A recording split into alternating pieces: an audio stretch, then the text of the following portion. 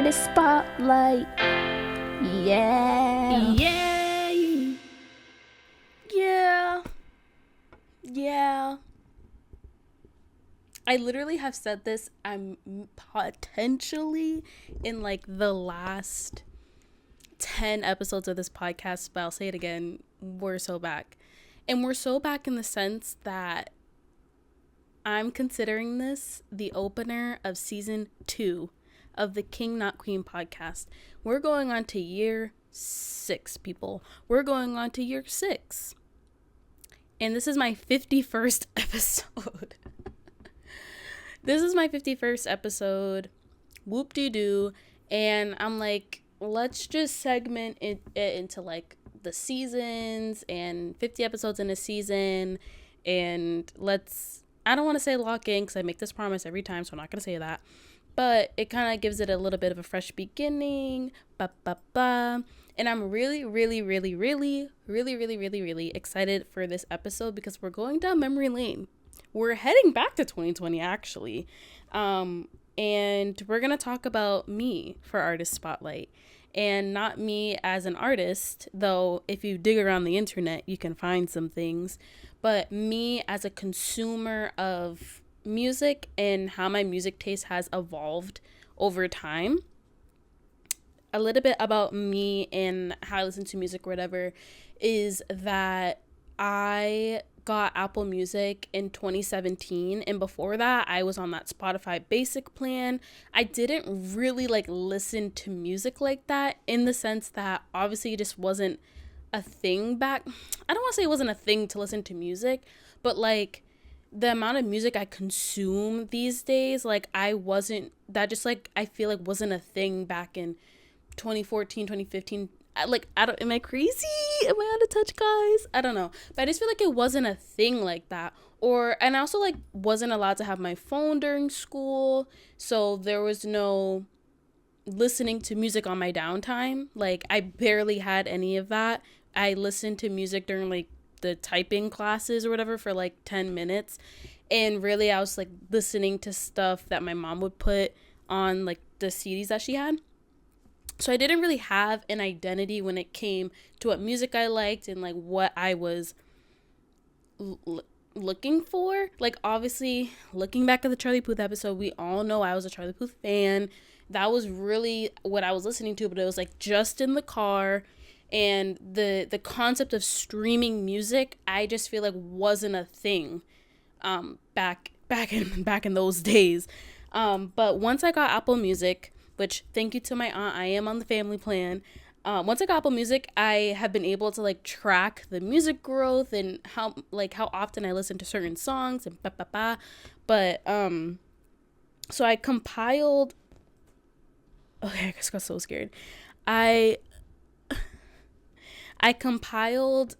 I didn't do this work. It was Apple Music's like year in review playlist. I went to go look back at and took some notes of what I was noticing and some trends and stuff, and we're gonna talk about that today. I thought it would be super interesting to like revisit my 14, 15, 16, 17-year-old brain and how I was consuming music, just because I consider it like so essential that I have my headphones on me at all times and that I am listening to the newest things, trying to find new music, and what was I doing back then.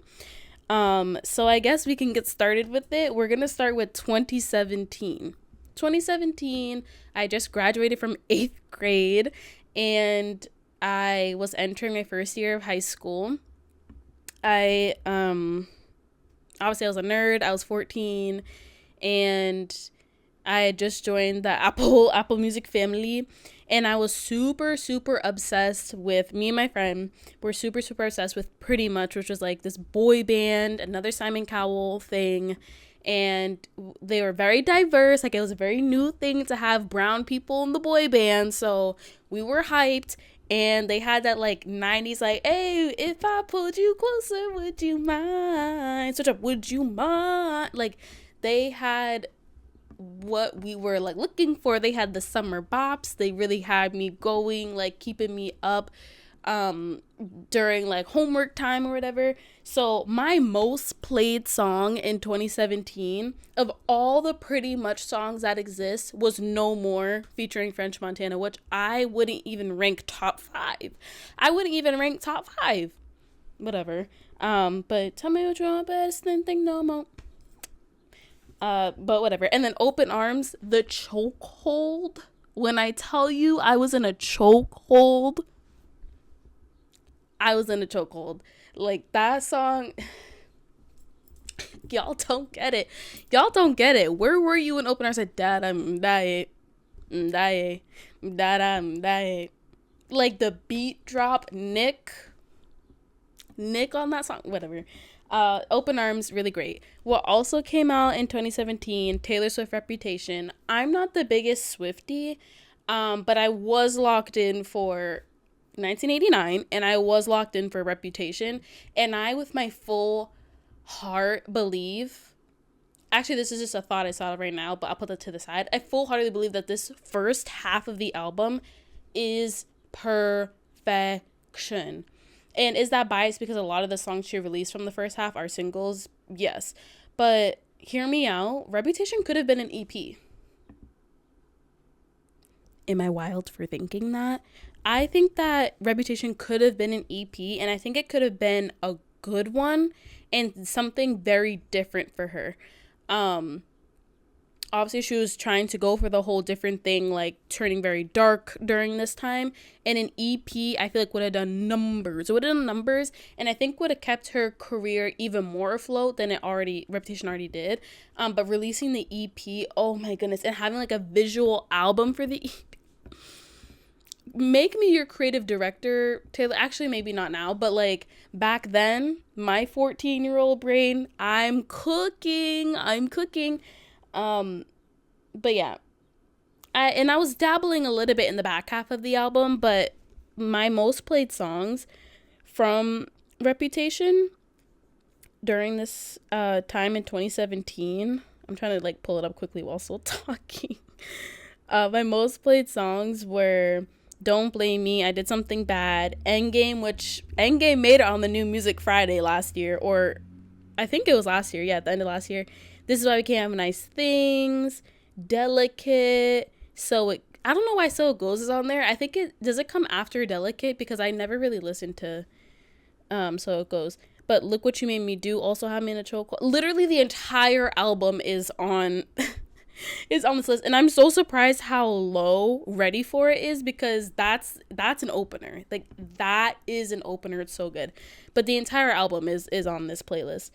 I also just had an obsession with loud music, and this continues for me during my teenage years of like listening. This is probably why like sometimes my hearing is bad, but loud music was my jam, mama. Like, I loved loud music for some reason, like the screaming in my ear, the drums, people just screeching, the people being Sia. I had Birds Set Free on this, Dusk Till Dawn, Alive. Alive is one of the loudest Sia songs. If you know, you know. But loud. Sigma, Find Me, Come and Find Me. And I seriously only liked it because Millie Bobby Brown was in the music video. The song still holds up, but it fully was because she was in the music video. But that song is so loud. Weak by AJR, loud. And that was the beginning of my AJR phase. We'll get back to AJR, but this was the beginning. And Weak also because I think I was watching David Dobrik around this time, and that was like his, like, guys, I just posted song. Why do I know that? Whatever. It's embarrassing. It's hella embarrassing, guys. Anywho, okay, yeah.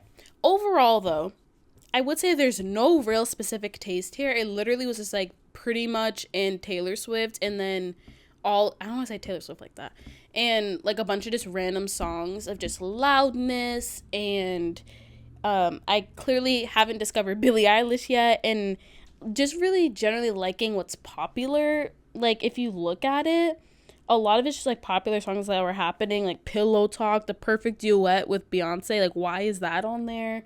Like Havana. I was listening to that. What else is on here? Yeah, just like a lot of like songs from like movies made it onto the playlist. Like there was nothing really like that stand outy in terms of quality music, and also just like taste. There is no taste here. It fully is just like a random collection of songs. But that's it for 2017. Moving into 2018, 15 years old, wrapped up my freshman year of high school, heading into sophomore year, that 2018 summer, rah, rah, rah, rah. That was my second year doing YouTube. And, I felt a little grown. You wouldn't be able to tell with the playlist. Oh, I also was like, I think this was the time in my life where I was having like a hair loss problem. So I really was embracing my curls. I remember that summer, like, I don't think I straightened my hair that much. Like, there was a lot going on in 2018. But at the end of 2017, I believe, The Greatest Showman came out. Late to the party, but Barbie, tripping. I locked into The Greatest Showman soundtrack because that's it. That's a tweet. Please watch the movie. Like, disregard the fact that it's P.T. Barnum, who was like a not good person. And that soundtrack is incredible. It's so good. It's so good. I love Hugh Jackman for that. Zendaya, Zac Efron, Zac Efron is in the movie. Like, Cynthia Erivo's in the movie. Who else is in the movie? Michelle Williams. Like, there's just so many good people in this movie. Nobody talks about the fact that actually a lot of people do talk about the fact that the soundtrack is good, but it's just so good. And it's such a comfort movie. I can watch it whenever I want to watch it with new people all the time. It's so good.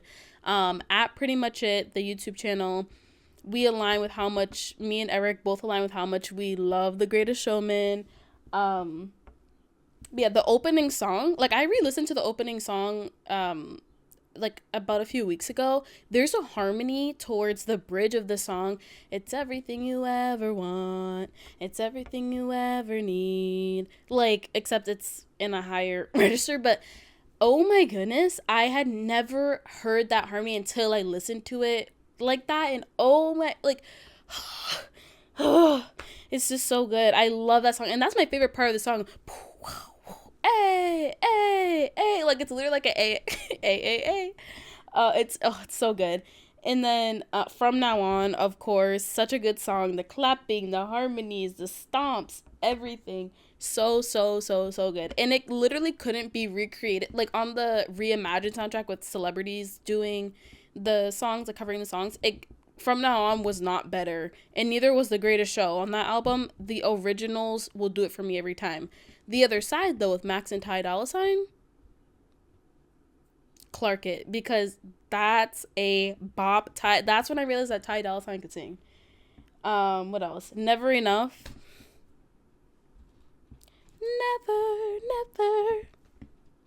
Never for me. Oh, so good. Love The Greatest Showman. Moving on. The next artist in music is Brockhampton. Y'all don't know this, but I did record the Brockhampton episode last year for my podcasting class. If you want the lore in the podcasting class, go back a couple episodes. I talk about it. But I discovered Brockhampton from a Teens React video, and they had already released their, like, 3 back-to-back of the Saturation trilogy at that point. So I remember listening to that in my headphones with my curly hair during the summer. And then towards the end of the year, they released Iridescence. Mama, when I tell you Iridescence had me in the chokehold, I ain't playing. It literally did. It is. I'm so sorry to fans of their other albums. Iridescence is their best album. And obviously with the sales, the Billboard numbers, all of that shows for it. It is their best album. It's just so the sound is just there. And it's just, that was their first album without Amir. Like, there was just so much going on with the lore of Brockhampton during that time. And it's just, it was just so good. The aesthetics of it. I love that album so much. My faves, Jover, District, Something About Him. Something about him, because who will be my something about him? Like, for real. It's just so good. And I can listen to that from top to bottom. I really can. The Jaden Smith feature, like, huh? The Beyonce sample that she cleared. I'm sorry. The Beyonce sample that she cleared. Crazy. Oh. So good. This is like, they went so viral during this time. Everyone was talking about Brockhampton. The, painting, or not painting themselves blue, but like wearing the bulletproof vest, all that, like their fashion during this time. It was just so good. And I miss this era of Brockhampton. And this is when I was begging people in 2018 to really hear me out about Brockhampton. And just I couldn't get anybody to be with me on it. Like, I was alone in my love for Brockhampton. I had nobody to talk to about it. Was I the person listening to Boogie at 7 a.m. in the morning? Yes! Anyways. 2018 was also when I first discovered Billie Eilish. I had Don't Smile at Me in my library for some time. But I never just hit play on it. I had known it was popular, but again, this is my music taste. Knowing something's popular and just adding it, but not really, like, listening to it, like listening for real. So I had never listened to it. And then once she came out with You Should See Me in a Crown, and When the Party's Over, that's when I kind of got locked in and was like, okay, wait, I'm vibing with it. So I really liked, they were great singles, especially to showcase not her range, but her range in genre and who she's like appealing to, because she can do the hey, bah. No, wait, that's not a song. She could do the You Should See Me in a Crown, and she could do And I'll Call You. Like, she could do both. Y'all don't understand. It's not clocking to you. And then, of course, Charlie Puth voice notes. I already went on my whole spiel about that. Go watch the Charlie Puth episode. Go watch it, because voice notes, like, was my life in 2018 as well. I went to the concert. Gabby Hanna's Beginnings were also in 2018. Monster had came out. Like, go watch the Gabby Hanna episode. I'm not going to talk about it, but we all know how I feel. Go watch the pods. Pretty Much was still here. They were still around. I was still enjoying it. Pretty Much an EP came out. On My Way. I know my girl's in another club with somebody else, girl. There's nobody else. I know I'm late, but I'm on my way. Yeah. Like, yeah. Like, we don't talk about it enough. We actually just don't talk about it enough. That song is so good. And what else? 5 Seconds to Summer's comeback in 2018. Hear me, I was not a big 5 Seconds of Summer fan. I don't know if I was too young, or if I just don't think that was my vibe of music. My cousins, on the other hand, were big fans of 5 Seconds of Summer, and they put me on, and I will thank you very much, guys. Thank you for putting me on, because if I was ever put on in 2018, I don't know where I'd be right now. The 5 Seconds of Summer concert that we went to in 2023, the rough year that was 2023, that concert that we went to, the best concert that I've ever been to in my entire life. And I've been to 2 Phineas concerts. That was the best concert I've ever been to. And it was so good. I was so hyped to be there, to know all the songs, and to hear new songs for the first time. Like, in our concert was the first one to hear English Love Affair live in years. Yeah, Mama, Boston Night 2. Yeah, we were there. So, and the fact that it's permanently on the set list for the next concert. So yeah, I was put on, and that it really is a top to bottom album as well. My faves, like, that made it to the end of the year playlist. Moving Along, If Walls Could Talk. I knew something because now if I listen to this album, I'm clicking If Walls Could Talk first, because I just knew, like, as I would get older, how much, like, I would enjoy that song. Dun, dun, dun, dun, dun. If these walls could, I just knew something. Young Blood, when that played during the I would say epilogue. What is that? Oh, during the encore at the concert in 2023. Yeah. Yeah, I was screaming. I've never ever I literally was like, remember, and Luke was like, remember, and I was like I was like, oh my god. Because I told my cousin, I was like, don't tell me what the encore songs are.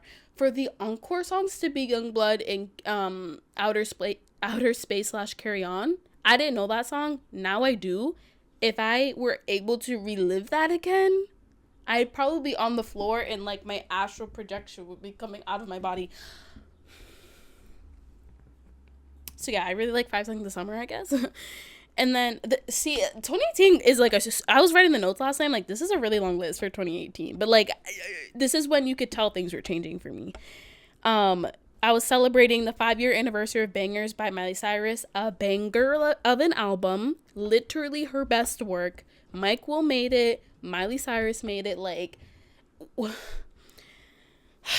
Drive, let me see your hands in the air, and Someone Else, bangers, literally like it's such a good album. I cannot believe that came out 13 years ago, and that like I was 10 years old when that came out and it still sticks with me to this day is crazy. That album is so good.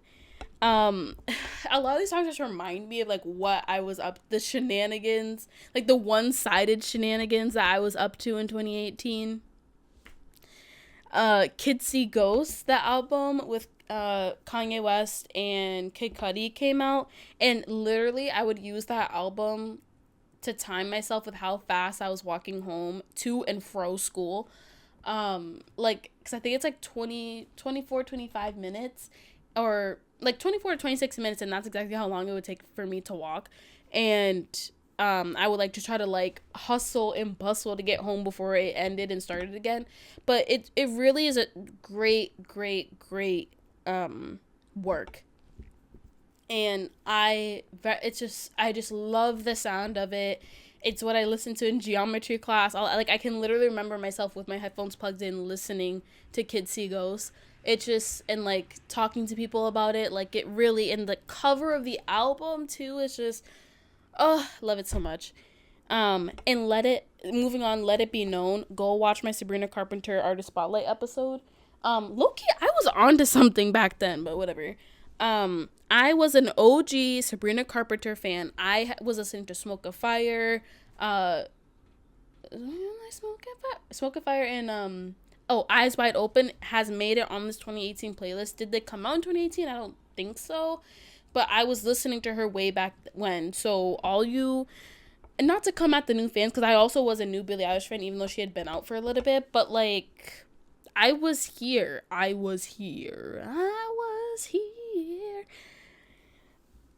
also made it a point to highlight some of my embarrassing music at this time. Scotty Sires' debut album, Ruin Your Party. Obviously, I was a big Vlog Squad fan at this time. I went to go see David Dobrik live when he came to my hometown, which is like, why was he here and not somewhere in Boston? Pause.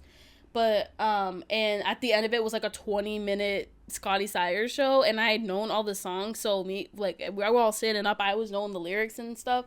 And I really wanted to go to the concert for this album, I remember, and it was at Paradise Rock Club. I really wanted to go, and I was like, I'd be going to it alone, like, I'm 15 years old, like, I ain't doing all that, and I didn't want to drag my mom to go. I also was like, am I paying for these tickets? Like, I don't have a job.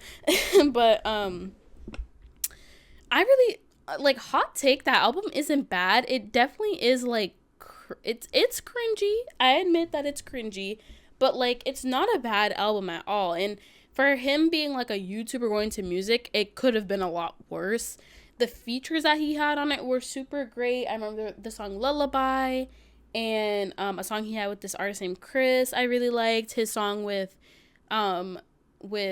Bruce that produced for Gabby Hanna. Like, a lot of the features on the album were really good, and I was had me in the chokehold. Like, I'm so sorry, but it really did, and it's embarrassing. It's embarrassing.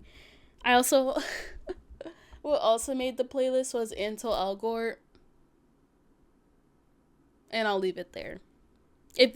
I'll leave it there. Overall, though, my love of soundtracks was developing, which you'll see more of. And then I clearly was finding my favorite artists. 5 Seconds of Summer, Billie Eilish, thank you very much. And my love of, like, anniversaries of albums and, like, looking back in my past and all that.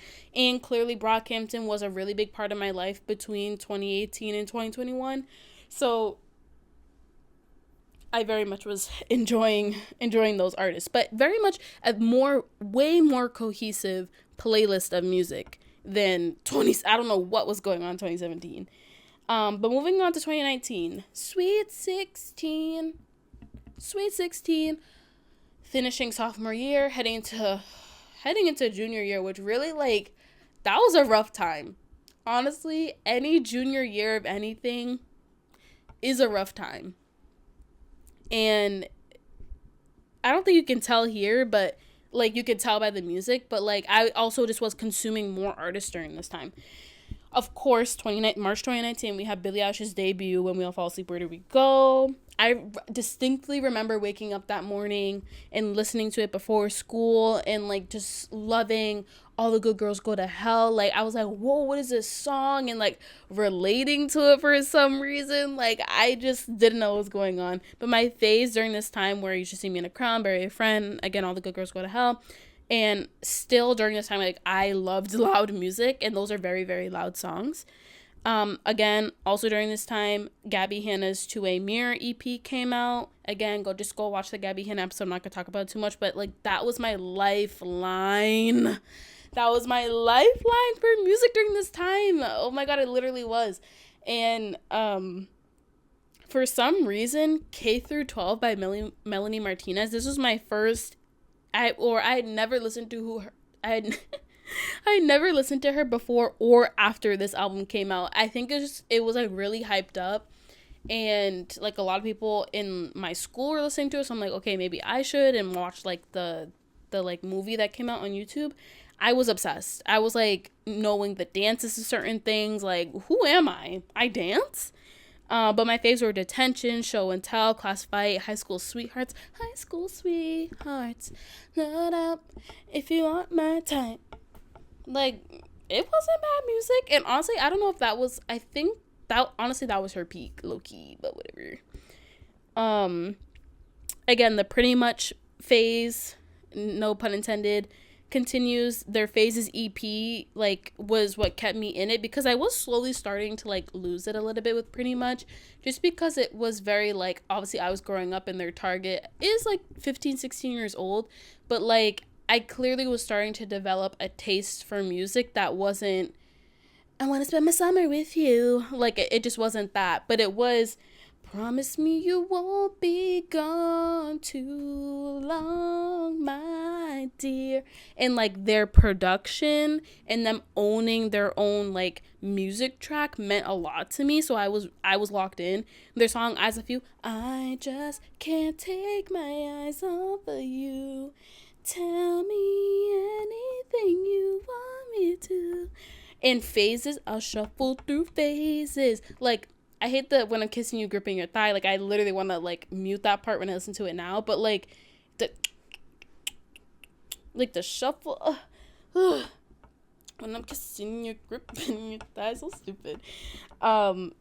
Whatever. And then my AJR phase is beginning. Week, Netflix Trip, 100 Bad Days, Lego, Don't Throw All My Legos. Like, all those songs had me.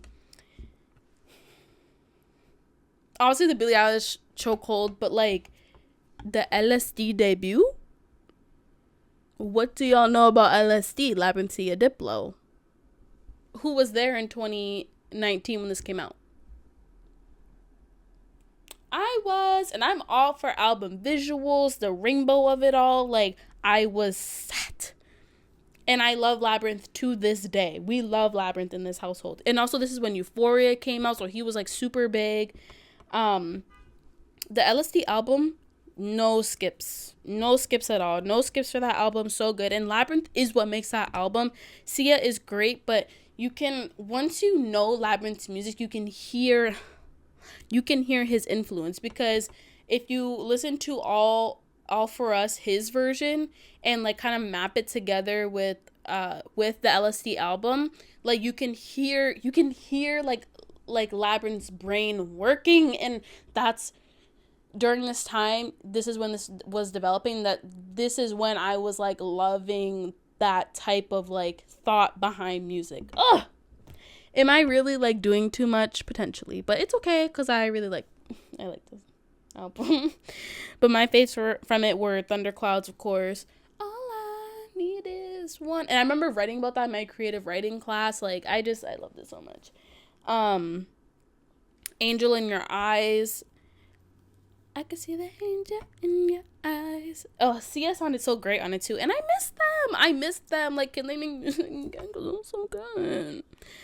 Anyways, but overall, as I've been saying throughout this part, but like, I clearly, again, am solidifying my favorite artists. I'm still in my loud music phase, and I'm starting to appreciate production for real. Like, I love the production of LSD, and I love the sounds from K through 12, and like the intentional music from Pretty Much. Like, I loved all that stuff.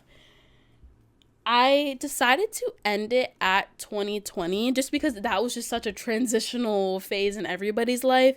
And also for 2021 and beyond, like I was an adult, and I want my teen years to really be like these high school years. So during 2020, I was 17 years old, and I was living off the Billy Crumbs. I was obviously still listening to When We All Fall Asleep, but she had released No Time to Die. She had released Come Out and Play, Everything I Wanted, when I was older. So a lot of these, like, My Future was out, Therefore I Am. So I really was, like, I was living off of what she was, like, the crumbs, the scraps that she was giving the fans. But I was living.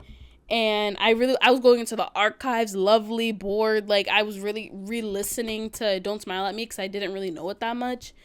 In 2020, they finally released the pro shot of Hamilton, and I was already a fan in 2016, I remember, but like I didn't know like it that well, and I knew some of the songs, and I was like a fan of like the history of it all. I was so angry I think it was my freshman year, or it was either my freshman or sophomore year. I was taking AP World, and they were taking every other history class except for AP World to go see Hamilton in Boston. My anger levels were here, and I will always, like, that is one of the things from high school I will always remember, of getting cheaped out of going to go see Hamilton because I took an AP class. I'm like, I'm sorry, I should be rewarded for this. I literally was giving my arms and legs for this class, and I wasn't able to go see Hamilton. Excuse me? Like, I was so mad. And the thing is, it wasn't just the AP, or it wasn't just like the US history class that were able to go.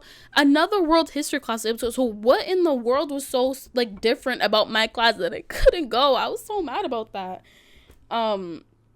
Yeah, I fell in love with the soundtrack, and I still love the soundtrack. My favorite songs were Satisfy, Guns and Ships, My Shot, and I really, during this time, had known the first act super well.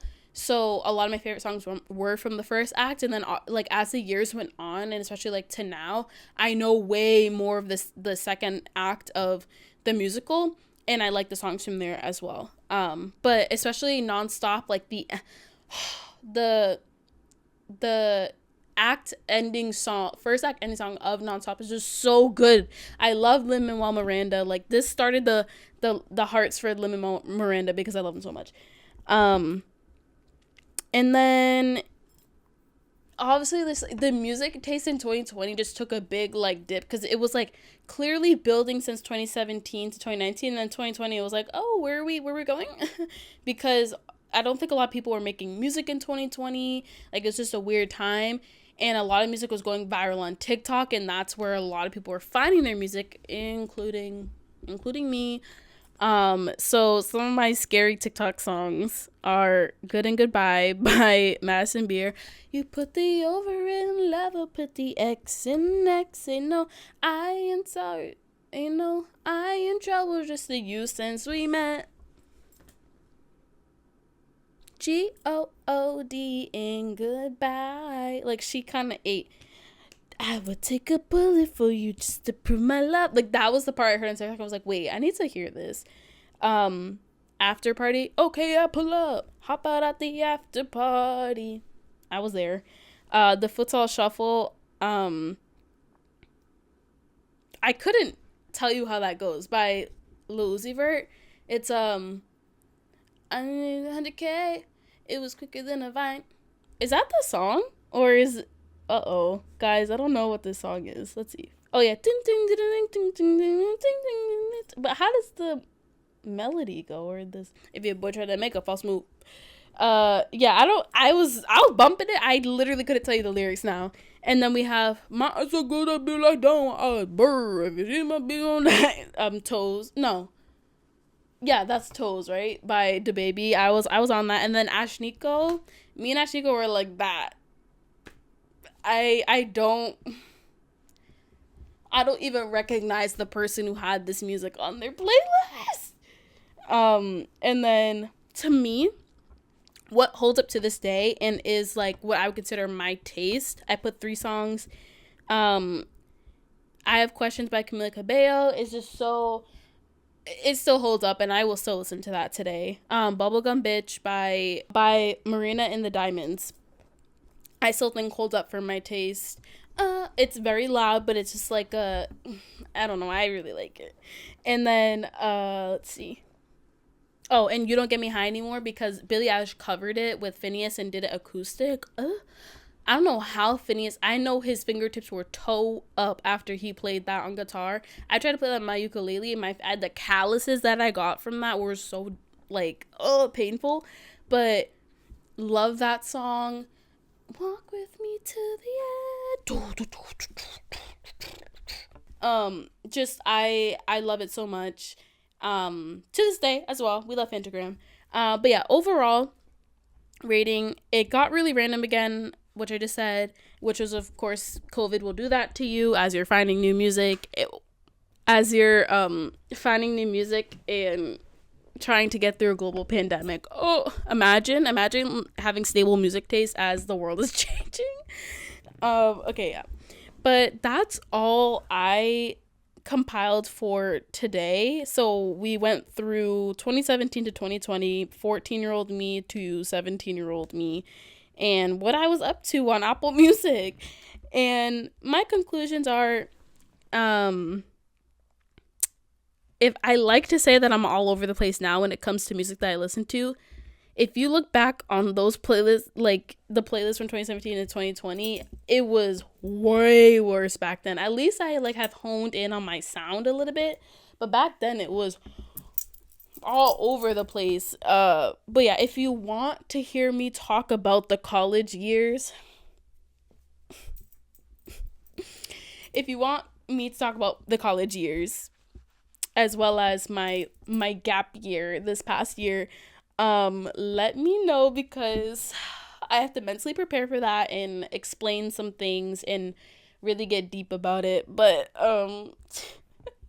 I would really enjoy it, because you'll see the music taste developing. There will be some cringy songs in there, but you'll see that the music taste develops during those times. But yeah, we're gonna move on to New Music Friday. I have 4 songs. We have Feeling This by Blink-182, The Harmonies. Faith fell short this time, smile fades in the summer, or whatever. I don't know what the lyrics are, but I heard like the vocal stems from it on TikTok, and I was like, yeah, we're gonna add that to the library. So we have that, and then Drop Dead, of course, came out last week by Olivia Rodrigo. Very good. I watched this movie called Roommate. Oh, this always happens. My nose gets so stuffy. I watched this movie last week called Roommates on Netflix with like that Adam Sandler produced movie, which I I just the whole situation makes me just grateful for the life that I lived in college, because if I her roommate was actually like the devil, and I was like, I really was the whole movie giving her excuses for her behavior, which like that's just what I do. I love doing that for people. But actually she was just the devil. She was just an awful person. But I heard this song at the end of the movie. It was playing Girl So Confusing, and then it went to like the scroll credits. I'm like, what is this? I hope you walk with me. Why don't you? It was such like a Roar XD slow kind of song. Like, who was singing this? And it took me so long to find it. And it's by Sadie Sandler, the star of the movie, made this song called Walk With Me, and it's so good. Like, what the hell? It's actually just, I don't want to say it's a perfect song, but her voice sounds really good on it, and like the layers of it, and to know that she wrote it, like, ooh, it was so good. And then we have Gasoline, the remix by Haim and Taylor Swift. And I did it. I heard it from TikTok. Whatever, I don't care. Like, sue me, sue me, sue me.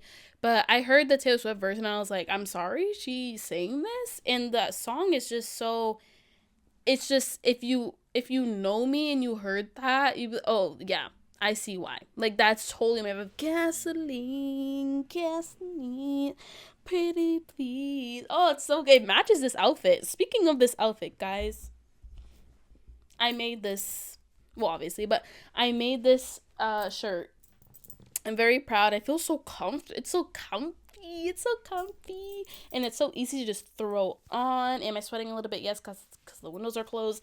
But, like, you could do so many variations of it. I love it so much. The sleeves came out so good. I didn't even block it. And it's already so, and it's so, like, wavy. And I also cut my hair last night, which it wasn't, like, a lot, but it definitely feels just a lot more, I don't want to say, it does feel a little bit more healthy. It also just feels a bit more like me. I feel like me, shoulder length hair is where I want to be at. And also, I just want the long hair so bad. It just takes so long for my hair to grow. Just so aggravating. But yeah, I didn't do the fit check at the beginning of the episode, so I was like, might as well do it now. But yeah, this is the end of the podcast. Thank you guys so much for watching.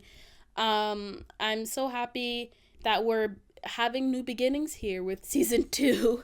This is Artist Spotlight episode 6, and this is my 51st episode of the King Not Queen podcast, and that averages about to like 8 to 9 podcasts a year, which is a tad embarrassing, but like, I was busy, guys. I was busy being a scholar. But I'm excited to have this season 2 and to start fresh. And don't mind the manic that I was in the month of February when I was trying to post like every single day. I don't know what was going on. I do know what was going on, I think. But like, I was just having like an identity crisis in the month of February, and like trying to see what works on the internet, and like trying to keep myself busy, but then also like hating doing that. And like, I don't know, there was just a lot going on. I don't know, like, that was just a lot. And like, you could tell I was just so quickly burnt out after the month that I was doing it. Like, it was, I did too much. So I apologize for doing too much, guys. It's so embarrassing. But yeah, if you like this episode, again, if you want me to do a part 2 to rating my music taste, let me know. If you will, like, please let me know. And I'm probably gonna do it anyways, but whatever. Follow me on TikTok at king.notqueen, on Instagram at king.notqueen. Hit the subscribe, bro, please. Hit the subscribe to join the party, to join the court of the King Not Queens. And I had to come up with a new name because that's already a thing. And to join the party palace, the party throne, the royal throne, one of those things. And whatever, yeah. Happy music artist spotlight. Welcome to season 2. And I'll see you guys in the next one.